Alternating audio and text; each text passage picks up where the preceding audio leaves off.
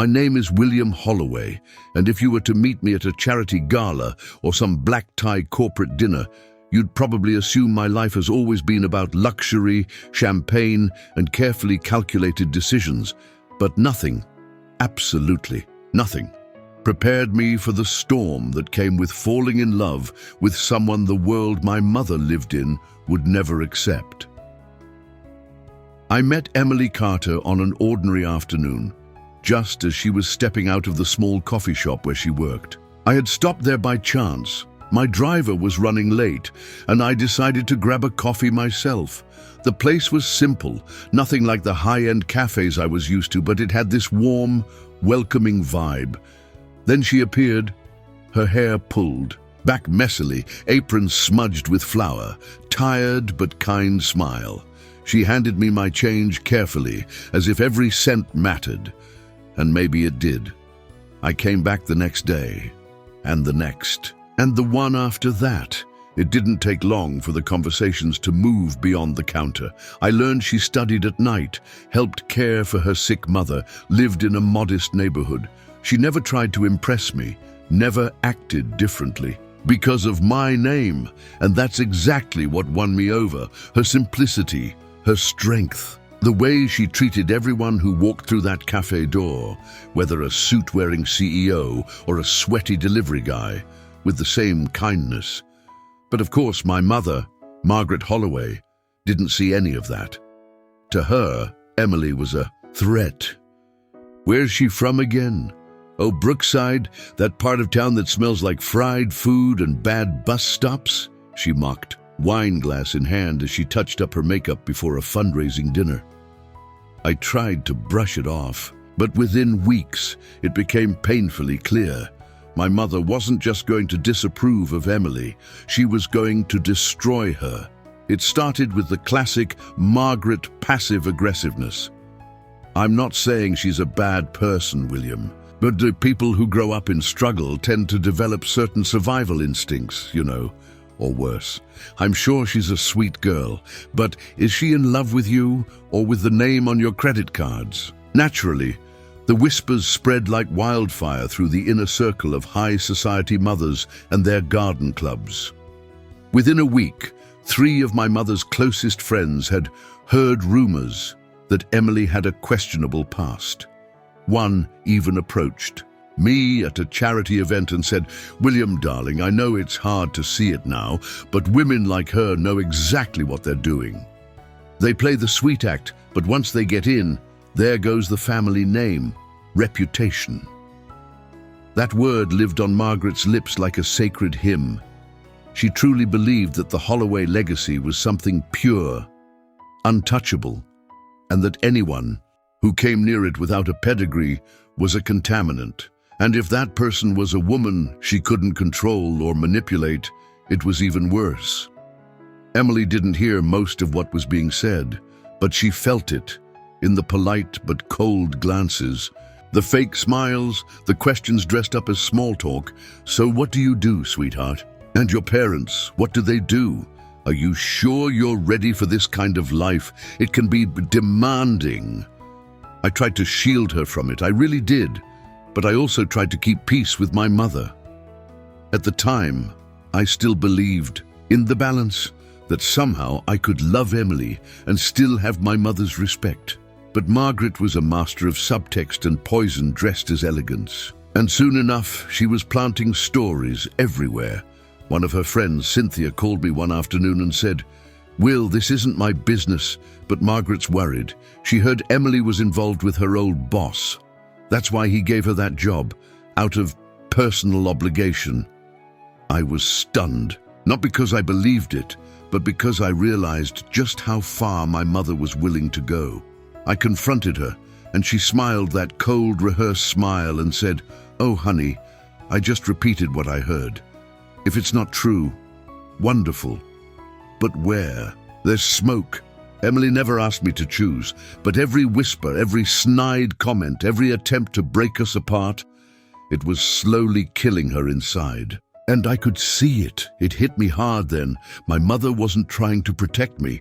She was trying to control me. She didn't care about truth. She cared about appearances and what was coming next. Well, none of us were ready for it because Margaret Holloway hadn't even started her war yet. If you're enjoying this story, don't forget to leave a like and subscribe to the channel to support our work. That way, we can keep bringing you touching and emotional stories like this one that speak to the heart and make you reflect. Thank you so much for being here with us. It started with whispers, but soon it turned into a storm.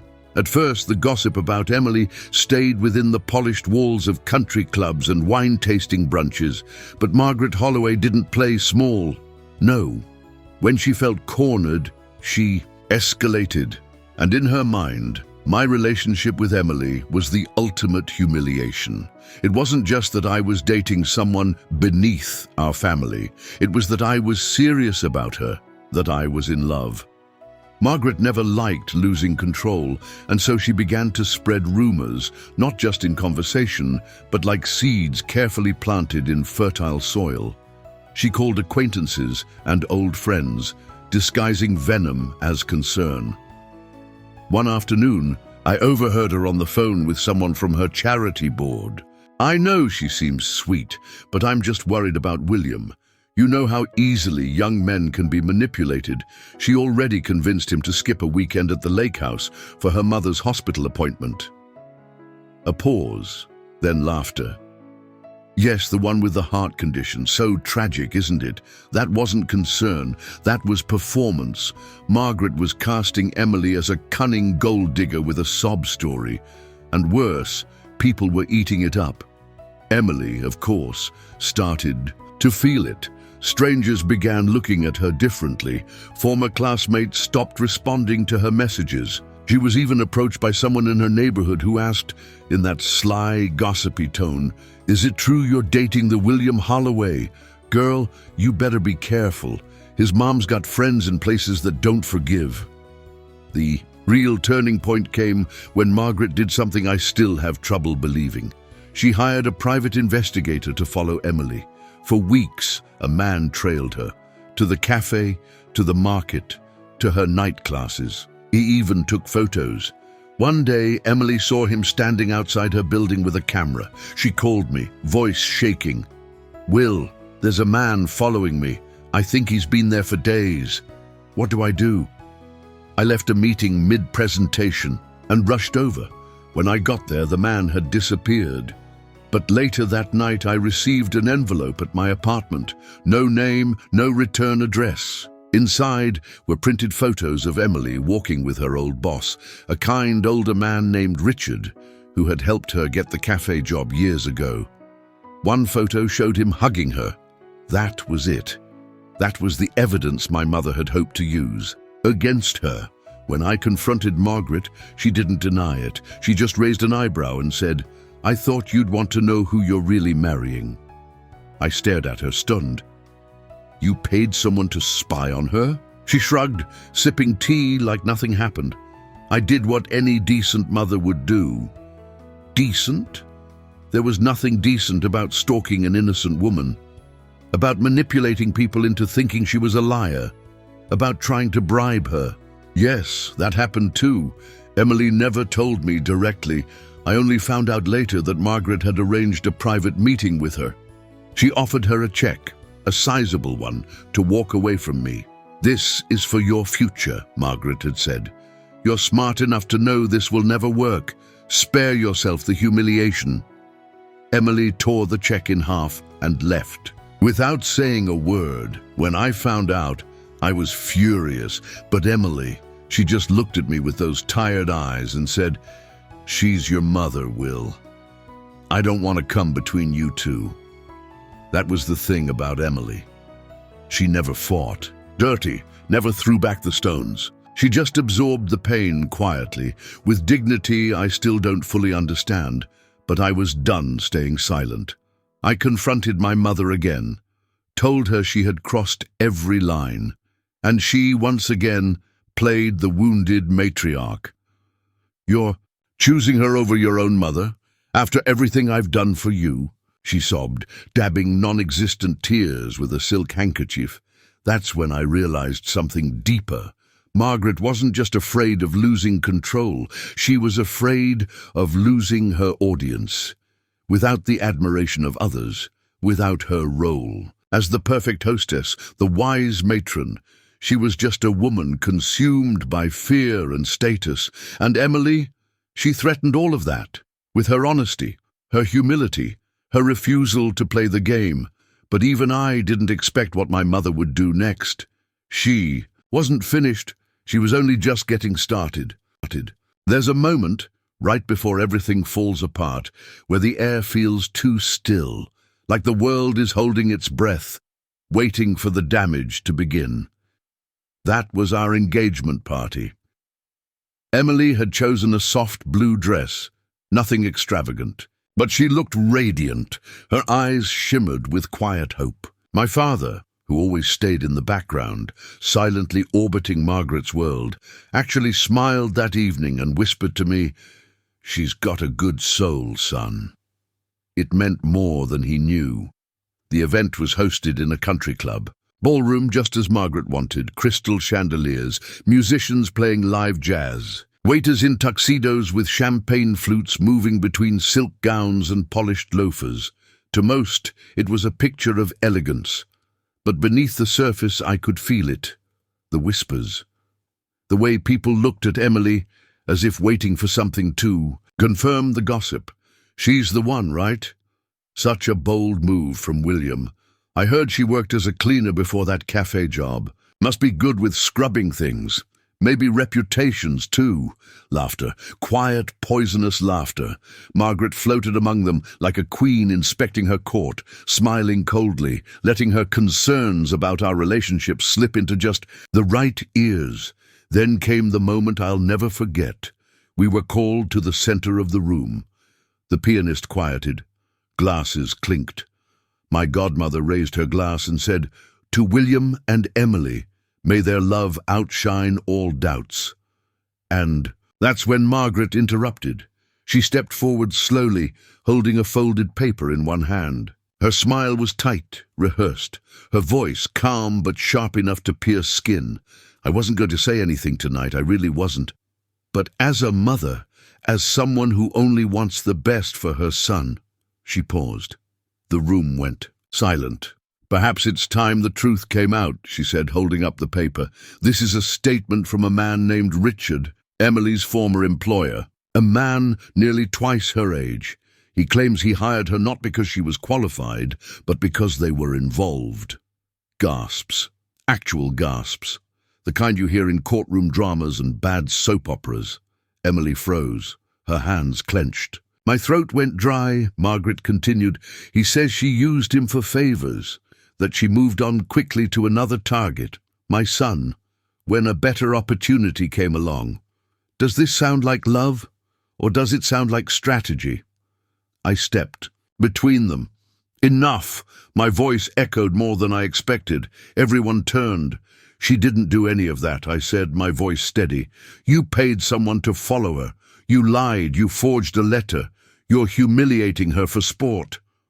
Margaret blinked. She hadn't expected me to fight back publicly. "William, don't be naive. I'm trying to protect—" "No," I cut her off.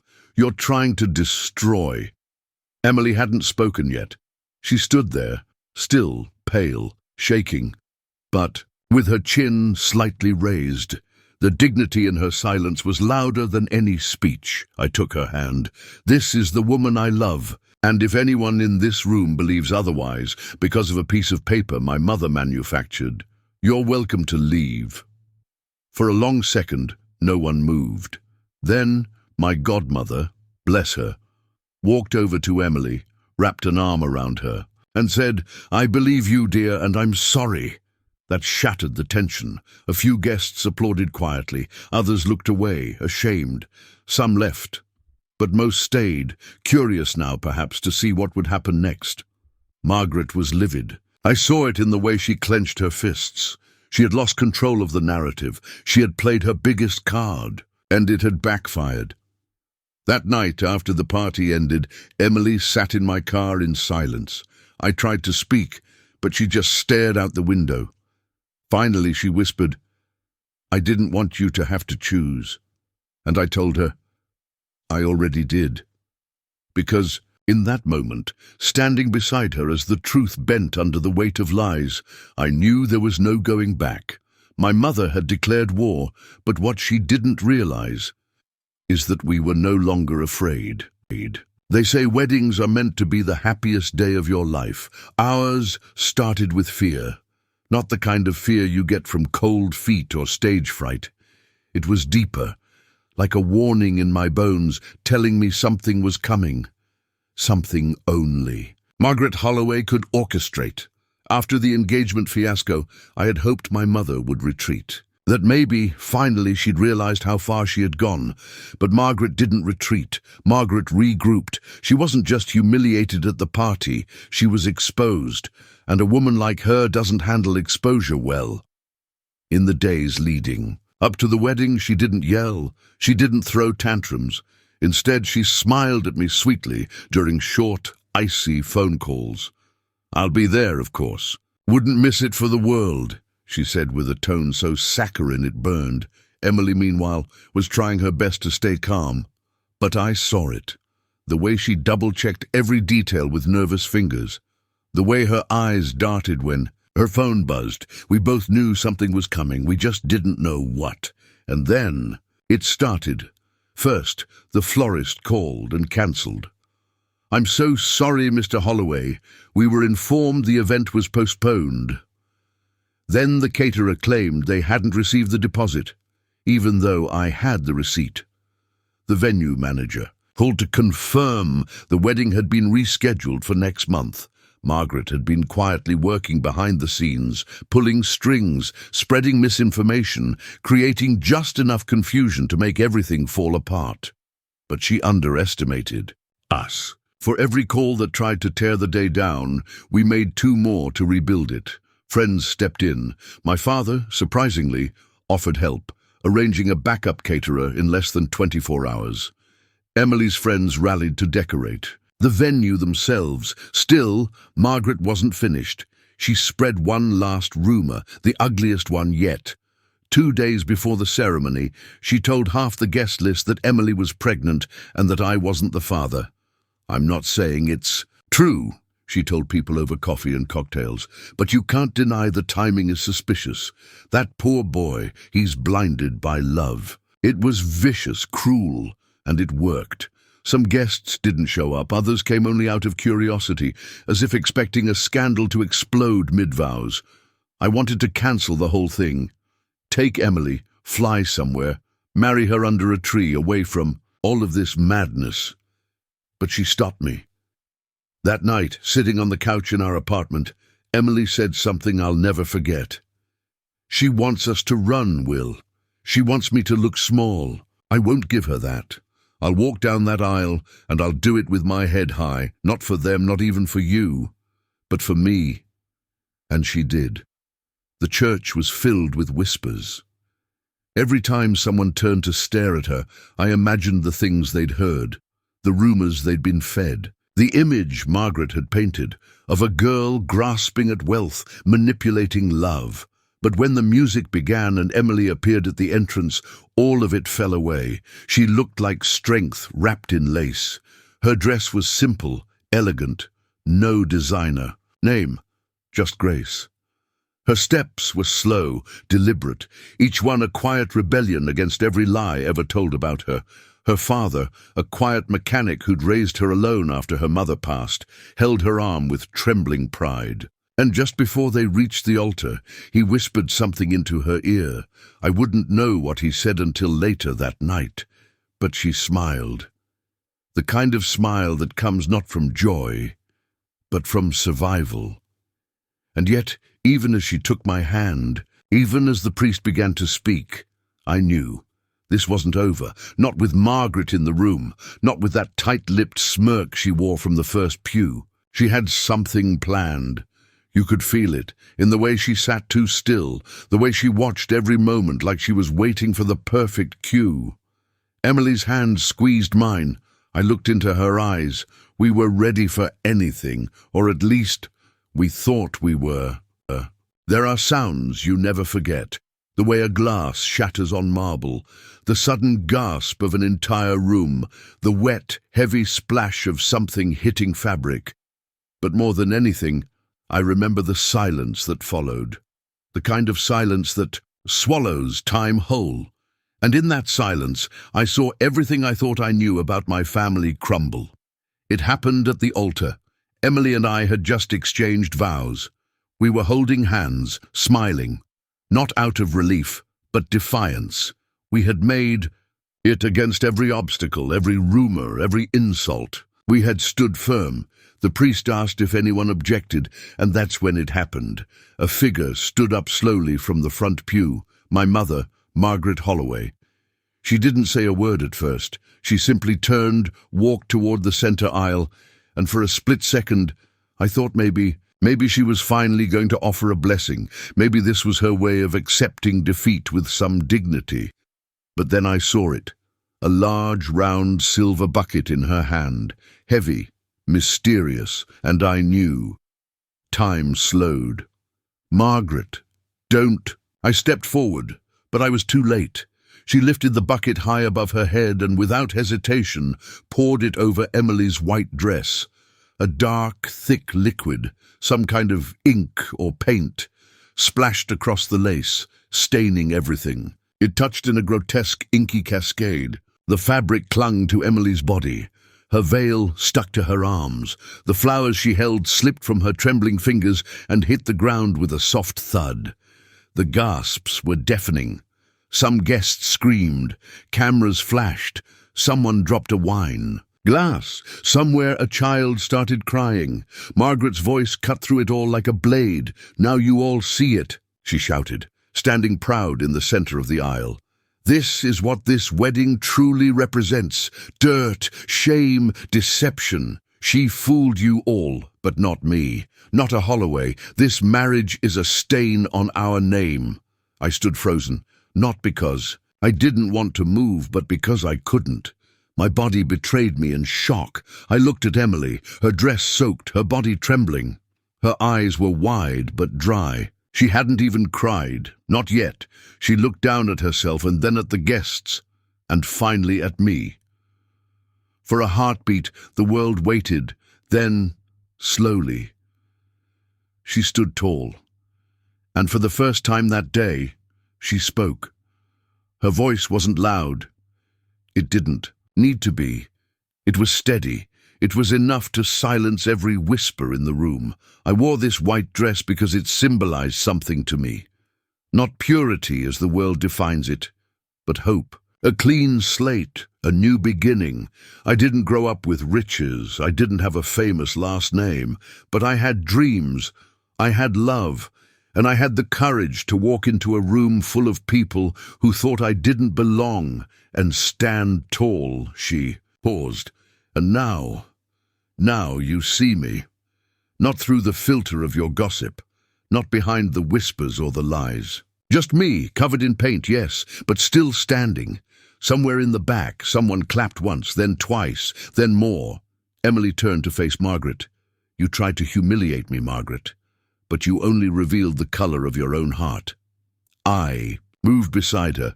"I warned you," I said, staring at my mother, "but you couldn't help yourself. You care more about control than compassion, more about appearance than truth. But today, the world saw everything." Margaret tried to speak, but the words got stuck in her throat. Cameras were rolling. Phones were out. Some guests were already uploading photos, videos, hashtags. The paint still dripped from Emily's dress to the floor, a growing puddle of symbolism. The priest, after a long, stunned silence, cleared his throat and asked, "Shall we continue?" Emily looked at me. "I do," I said immediately, and she whispered, "Me too." And so, beneath stained lace, with pride instead of pity, we said our vows again. Not because we had to, but because we chose to, in full view of the chaos, of the cruelty, of the shame that tried to crush us. And somewhere deep inside I knew this story was only beginning. If someone had told me that our wedding would go viral, I would have laughed, but within hours of saying "I do," video clips from our ceremony, including the moment my mother drenched Emily with ink, were everywhere. Instagram reels, TikToks, Facebook posts from people I hadn't spoken to in years, headlines like "Bride stood tall in stained dress and melted hearts, mother of the groom loses control, but bride wins the room. Elegance isn't about fabric, it's about character." And just like that, Emily became a symbol, not of scandal but of grace. I watched it unfold with awe. People shared her speech. Commentators called it the moment that redefined what a wedding could be. Women from all walks of life wrote to her. Survivors of humiliation, daughters who had been dismissed, wives who had faced mothers-in-law. Like Margaret, Emily didn't seek the spotlight, but it found her anyway, and she used it wisely. She was invited to speak at a women's event 2 weeks later. Then came podcast interviews, TV appearances, newspaper articles titled "The Woman Who Turned Ink into Gold." She started a foundation, the True White Project, a non-profit that helped young women from underprivileged backgrounds develop professional skills, find mentors, and stand tall in rooms that once looked down on them. And she ran it not as a charity case, but as someone who had lived every step of it. Meanwhile, Margaret disappeared from public view. The woman who once hosted luncheons, chaired galas, and held her social circle in the palm of her hand, now became a cautionary tale. Her phone calls stopped getting returned. Invitations dried up. Former friends stopped by just to check in, but left awkwardly when she tried to justify what she did. They took it the wrong way, she told one of them. I was only trying to protect my family, but no one bought it anymore because the world had seen her, truly seen her. Even business took a hit. A few clients quietly withdrew from partnerships tied to her name. Some investors stepped back, citing reputation concerns. And then came the letter. A handwritten note arrived at our apartment. No return address. Just my name and Emily's in fine cursive. It read, I was wrong. I let fear speak louder than love. I don't ask for a place in your life, only that you know. I regret everything. Margaret. I sat with the note in my hands for a long time, not angry, not sad, just still. Emily read it once, then folded it gently and tucked it into a drawer. Do you want to call her? I asked. She shook her head. Not now. Weeks passed, then months, and one quiet Sunday we were walking through a local park, just the two of us, coffee in hand, warmth in the air, when we spotted her. Margaret, sitting alone on a bench, dressed impeccably as always, but with a tiredness in her eyes I'd never seen before. We stopped. She looked up, and in that brief exchange, no words spoken, I realized something. She wasn't the villain anymore. She was just lost. Emily turned to me and said softly, You can go to her if you want. I shook my head. Only if you do, and she did. Emily walked toward her, sat beside her. I stayed behind, giving them space. I couldn't hear what was said, only saw the way Margaret's shoulders shook, the way Emily rested a hand on hers, not in reconciliation, but in peace. Later, Emily told me what she said. I forgive you, she had whispered. Not because you asked, but because I need the space where the hurt used to live, for better things. And with that, she stood, turned, and walked back to me. There was no dramatic hug, no tearful embrace, just a quiet, unspoken understanding. You tried to stain my dress, but the only thing truly stained was your conscience. Today, that dress hangs in a glass case in our home office, not because it's pretty, but because it's powerful. And sometimes, when people ask us how our love survived that day, I tell them, it wasn't the vows, or the venue, or even the support of the crowd. It was the fact that when the world tried to paint her as less, she stood taller, and in doing so, She taught me and everyone else watching what it really means to be pure.